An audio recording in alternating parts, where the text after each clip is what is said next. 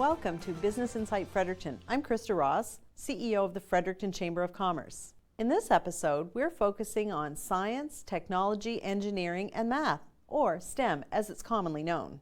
The three business owners you'll meet today are all women in STEM, and they're strong promoters of careers in STEM. First up is veterinarian and owner of Valley Veterinary Hospitals, Dr. Amy Schneider. A tissue tear that just healed that way. My mother's a veterinarian and she started her own clinic when I was 5 years old. So I worked in it as a child and got asked about 2,000 times, are you going to be a vet when you grow up? My answer was always no. And when I was ready to graduate high school, my mother said, are you going to be a vet when you grow up? I'm thinking about selling my business. And I said, no. And then 4 years later, I applied and got into veterinary school. So once I graduated, I came back home and worked in a practice in Fredericton. It's home for me. And 2 years into my practice here at this hospital, my boss passed away in an accident. And so a few months after that, I purchased the business. Mm-hmm. I think it's truly interesting that your mom was a woman in STEM, your sister is a woman in STEM, and you are. What was it about what was going on in your family or in your home or in your education that prompted you to enter this type of a career? I think it was the role model of both my parents. My father was a forestry professor as well, so science was just part of our family. Also, science is the thing that I was most interested in school, and a career in science or engineering was just was my expectation from my entire childhood, really. Like STEM is a more difficult. You have to put effort in to do well in STEM in school. Some of the other subjects you don't have to put as much effort in. Teaching children that the effort is worth it and the outcome at the end is really good would also help get them into those career paths. So in 2016, 34% of grads who were in STEM programs were women, but only less than 25% were actually working in STEM jobs. Why do you think there's a difference between how many graduate and how many actually work in STEM? STEM is a career that's slanted towards men. And for that reason, whether there's more men hired or whether women just aren't assertive enough to push themselves into those roles, I'm not sure what the reasoning is there, or if the workplaces are slanted towards men so women join them and then leave. I'm not sure what the combination is. How can we as a community encourage young women to consider STEM careers? Make it fun, and for them to see role models that are in those positions and having a successful and happy life in those positions. So he came in pretty desperate situation, and one of the doctors here, Dr. Finley, was up with him most of Saturday and through the night. Veterinary medicine is a nice mix of science, but also soft science as well. There's a huge empathy component to veterinary medicine. You have to deal with the public. You do need reasonable to good people skills as well, along with a solid foundation in science. Perfect physical exam. So I know you've done some volunteer work through UNB, doing some mentoring with students. How did you find the reaction of students to you being at a conference where you talked about being a vet? There was a lot of interest. There are a lot of young students at UNB, et cetera, that really want to get into the veterinary field, that want some guidance on how they can enrich themselves to get into a very difficult program. So Trapper's here for his annual wellness. Yes. Yes, okay. And his vaccines. Yes. I have two roles. So first and foremost, I'm an RVT, or a registered veterinary technician, and I'm also the practice manager here. I split my time about half and half, as much as I can, between the two roles. He's allowed to have the food with the vaccines as well? He loves food. Okay. Thank you. Your job is certainly a STEM job. Tell me about how you became interested in this type of work. I went to St. Thomas and I graduated in 2008.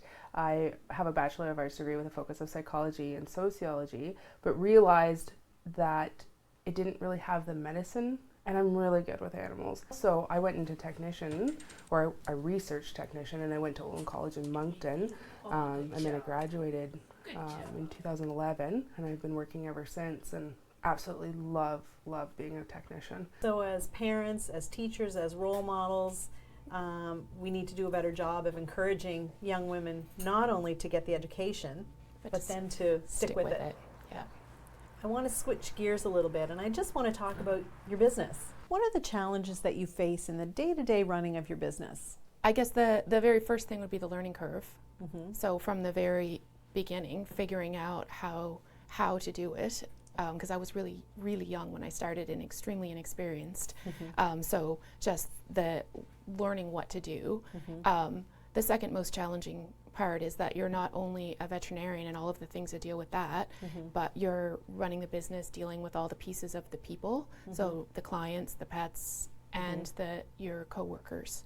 So that can be really challenging as well. Makes it a very rewarding career, but it's also a very dynamic, fast-changing. You never know what your day is going to look like. It's awesome, and it's also difficult. Challenge / opportunity is how important pets have become in the Canadian family or the North American family, and that puts a lot of pressure on the veterinarian to provide the absolute best care, which is awesome, but also can be very stressful. So it does create some issues for the practitioner potentially. Those kind of combinations has created a very high suicide rate in veterinarians. So that's kind of where the profession with the highest suicide rate in North America. Wow. Yeah. Good boy. You're doing well, huh? You're doing well. The opportunities we're a highly respected profession. It's a very exciting, interactive, fun career most days. There are some difficult days too, of course. Good afternoon, Valley Vet Hospital, Sandy speaking. How can I help you? So my business partner and I developed another business that's actually the headquarters is upstairs in this building, and it is a communication center where the phones are centralized for the 4 hospitals. The calls come in here, and they have access to the computer systems at all the hospitals, so they can book appointments and kind of go into one software system to another, which became really important as an example most recently in Newfoundland. They've been under a state of emergency, and we weren't allowed to open Kenmount Road Animal Hospital. But they could access the files, and we were allowed to open CBS Animal Hospital and book the patients in at the other hospital. We do have a 5:30 available. Does that work for you? So you now have 4 veterinary hospitals as well as a communications business. How do you feel about the economy in general? How do you feel about how that impacts your business? One of the good things about the veterinary industry is that although it's not recession proof, it does kind of maintain itself in a recession to some extent, because the bond that people have with their animals is so strong that if they need care, no matter what kind of the economic circumstances in the region are at any given time.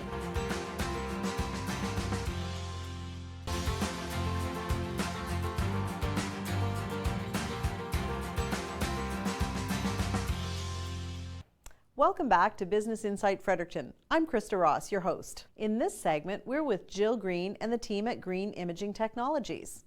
Green Imaging Technologies is a Fredericton-based company that not only promotes science, technology, engineering, and math, they use it in their business every day.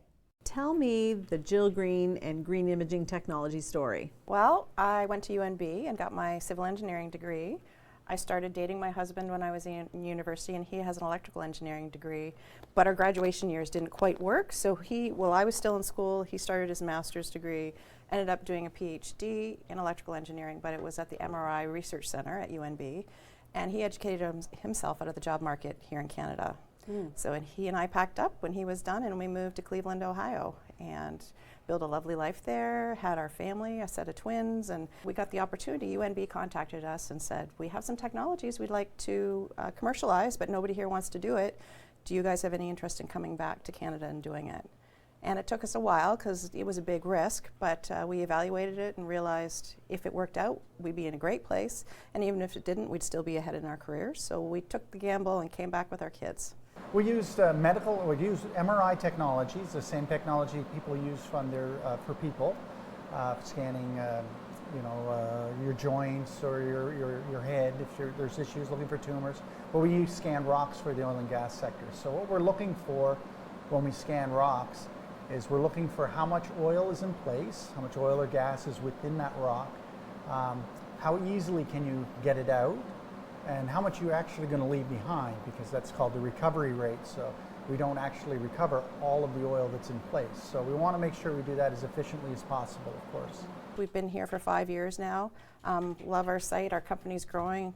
Wonderful team around us working, and we have employees that have been here the whole way with us. So how many employees do you have now, Jill? We're 12. Jenny, you work for H2 Laboratories. Tell me what's the relationship with Green Imaging Technologies? So H2 Labs is the sister company of Green Imaging Technologies, and what we do is lab services for oil exploration and production companies. So I go out to these companies and get them to send us their rock core samples for us to do the analysis on them here in our lab. So today I want to talk to you specifically about women in STEM. Tell me your perspective of women in STEM, and STEM is, of course, science, technology, engineering, and math. Here we are in 2020, and we're still talking about women in STEM. Why isn't it just natural that women are equal as men when they're working in STEM, in different STEM fields? I know your background is in STEM. Tell me about that. Yeah, so I have a science degree from University of New Brunswick with a major in biology. This isn't quite where I thought I would end up, but it's a great turn of events. I started out doing some lab, working in a lab out in Calgary right after university, and then I came home to Fredericton and worked for a pharmaceutical company for a couple years. And then this came up and I jumped at the chance, and it's been a great learning experience. People my age got their STEM degrees. We have daughters that we're teaching that they can do anything that the males can and be in any career that they want to. So the fact that it's just stagnated between the different age groups is very concerning. And you can do some really, really cool things if you take engineering. Those were wonderful days when I was in engineering school, and we were about 30% then. They were working really hard to increase that, and I think it's still the same now. So maybe we engineers don't sell the career as well as we should to the young females coming through the education system. So what advice would you give the parents of a young woman who's considering getting into the STEM field? Well, I am the parent of a young female that's making some decisions about her future. She's turning 17 in a couple of weeks, and she thinks she wants to be a doctor, which is fantastic, but there's no barrier to what they can take for their undergraduate degree. So I'm just talking to her about how awesome it would be to be an engineer first, and then if you want to go on and do your medical degree. I don't know if I'm going to sell it, but I'm working really hard talking to her, trying to explain that with your engineering degree, the world is open, and you can start your career right then if you want, or you can go on and become the medical doctor you want to be. Looking at it from a business perspective, did you ever see yourself starting a business or owning a business? No. And which is funny because when we moved to the States, I became a partner in an engineering firm almost immediately. So I kind of started right away. And then I had my own consulting business down there. And so it's kind of in the blood. Where do you find your clients? Our clients are everywhere but Canada, basically. So you Wow. think of any oil-producing nation, and our clients are there. Our software is installed on systems there. We have two types of customers. We have the type of customer that wants to set up their own facility, their own lab with their own equipment. We would go in and set up our technology, our software, do some training so they can use it and investigate their fields and their reservoirs themselves. This would be the type of rock that holds oil in the Middle East. So It's even lighter. So this is what's It's known like as sand. It's packed sand. It's a sandstone. So that's a packed sand. The second type of customer would be maybe a smaller oil company. By smaller, I mean they're still quite large, right? So they would send us their rocks, and we would do the tests for them here and send them the results back. We're the only ones in the world doing what we're doing. There's other competing technologies that might do measurements that are similar or around what we do, but they're more of a support to what we do, but nobody in the world does what we do. Is it difficult or easy to run your business right from here in Fredericton? If I was honest, it'd be easier to have my business in Houston because there's a lot of our clients are in Houston, but we made the choice to be here because we love Fredericton, we love New Brunswick. It's a wonderful place to bring up our kids, and our team around us is fantastic. What are the challenges that are facing your industry? Oil and gas. Well, we've had a sustained low price of oil, and that makes it difficult for oil companies to invest in research and development and to invest in the future because they don't know what's going to happen. In addition to UNB, are there other organizations that have been able to help you along the way and support the business throughout the years that you were getting started especially? Absolutely. I can't say enough about ACOA. NSERC have helped us in partnership with UNB. IRAP program through the NRC. Petal here in New Brunswick has helped us with this hiring people and with wages. So there's lots of groups out there, and I could not believe the support out there for people starting their own businesses. It's unbelievable, and some of it's just, you know, some business leaders volunteered their time to be an advisory board for us in the first year and a half when we started the company, and you know, just people are there to help. All you have to do is ask. So I know recently you have had some involvement with the Canadian Foundation for Innovation. Tell me what's going on with them. Well, they like to do promotion to promote what they do. So they fund equipment for researchers in Canada. So it's a way to help them do more research and have the equipment they need to do it. They have funded a lot of those things at UNB that we have benefited from. So they asked us to be part of a national campaign focused mostly on Ottawa, and just featuring us because we are, you know, part of what developed through the research dollars that they put into UNB. So we benefit from it. So they're trying to make the connection between business and research and show how important it is that we do mind-bending research so that companies can do really well in the future. I know your company has won a number of awards. Tell me about some of the awards that you've won.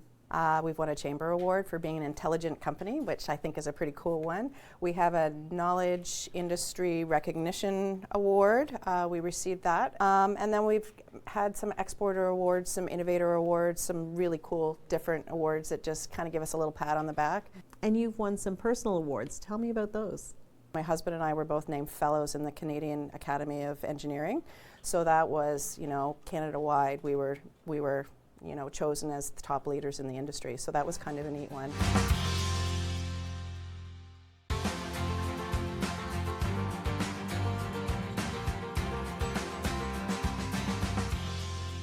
Welcome back to Business Insight Fredericton. In this segment, we'll speak to Lynn Theriault-Segal. She's a nurse practitioner and owner of Access Point Health. Hi, so what can I help you with today? Are you having a headache? How many days? Did you ever imagine you would be an entrepreneur? No, that is absolutely no. That wasn't what we are trained for, and it was having to really think outside the box to figure out a way to survive my career and motherhood. Just for the benefit of our viewers, what's the actual difference between a nurse practitioner, and a doctor? So a registered nurse has usually a bachelor's degree, and a nurse practitioner has a bachelor's degree, and then she works as a registered nurse and then goes back to school to do a master's. Now, a nurse does lots of medical acts, taking care of patients, and a nurse practitioner has the capability of prescribing, referring, ordering tests. The difference between a nurse practitioner and a family physician, I mean, there are very similar roles. A physician can prescribe, a physician can diagnose, a nurse practitioner can diagnose. So I think the nurse practitioner has a role more of being holistic in the approach. So you worked in the north and you came here to New Brunswick. Tell me how you ended up opening your business. It ended up starting because after having 3 little kids in 3.5 years, there was no jobs. So with 20 years as a registered nurse and 15 years as a nurse practitioner, I wanted to continue my career in healthcare, and also I had lots to give back to the community, and I had to look at different models and how would I do this, and I was very tech savvy, so virtual care kind of just came hand in hand. So what does virtual care look like? How do we interact? How does that work? So virtual care encompasses many different ways of communicating with the patient, and it's many forms of technology, from the telephone call to follow up with patient, to secure messaging, or whatever is appropriate for the circumstance. And of course there's a secure video medical appointment, which is the actual formal appointment where we try to do it through secure video. So one of the things we wanted to talk about today is women in STEM, science, technology, engineering, and math. And it seems to me that you're a woman in science and also in technology. So what influenced or encouraged you to have a career in STEM? I think it came from within. I always had an interest in the human body and how things worked, and very early on, I always took care of everybody around me. What advice would you give to a young woman considering a career in STEM, or maybe to her parents? I think having those the basic knowledge and encouraging them. Certainly you have to have an interest. If you don't have an interest, I think you're possibly pushing somebody in the wrong direction. But if they have an interest for science, I think building up their self-confidence and their self-esteem is a huge part of pushing forward in this industry. If you saw barriers to women in STEM, what do you think the barriers are? I think the disadvantage, which is not to every woman, but women that decide to have children. I think there is a step that happens when women choose to have children or more than one child that does put you at somehow a disadvantage. And I think it's our system that needs to change to support the women to be able to continue with STEM careers. How do you go about finding patients? I think initially it was really through social media advertising. That is absolutely how people learned about me. And I think putting myself out there and showing by doing either some medical videos, on giving short, succinct videos on accurate information, and giving the people the confidence on knowing that I'm here, I'm local. I think having that local aspect, that I am not some in the middle of nowhere in another province, having that connection to the community, I think makes a big difference. And I would think some patients would simply want to know, is there enough wrong with me that I should actually go to emergency, or is this fever okay? Yes, absolutely. So sometimes it's for simple medical advice and peace of mind. Peace of mind, and instead of asking Dr. Google, which brings you to, sometimes there are some reliable sites, but sometimes there's some not so good advice or too much information. So I'm here to give you the best possible information if it's appropriate for a secure video medical appointment. Have you found that people are comfortable with this new style of medical practice?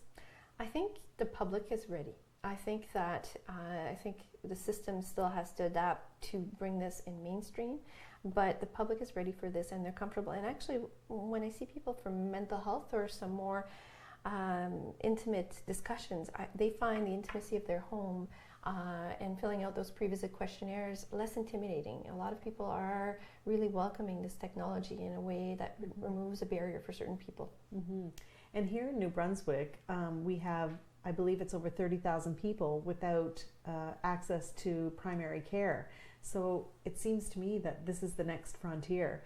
Tell me how you feel the industry is going to change and grow over time. I think if it's going to be done, it has to be done well.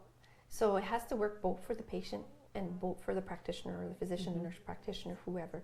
I think it's a way of hopefully making things more efficient, not adding a huger workload, but actually making a more efficient, appropriate workload. Sometimes, often when I follow up with the patient, it's a simple, secure message sent, you're doing well, great, that's all. It took a lot less time than having somebody travel 30, 40 kilometers to just say, okay, you're okay, you can go home. So it's gearing every situation to the most time efficient, cost efficient for the system and for the patient. We are looking to develop those innovative new ideas. It seems that this type of service would be ripe for development. Do you see your practice growing, or do you see something like a franchise in your future? How would that work? I think there's potential for growth. I think it'll be a stepwise approach as time progresses. Right now, I want things to run as smoothly as best as possible and to give the best care possible. So I think once that is well integrated, I think looking at the next step at that point will be the time. But at this point, we're just trying to make sure that we're giving the best possible care. We're always looking for great companies with a unique story to feature on the show. If you have suggestions, please get in touch with us.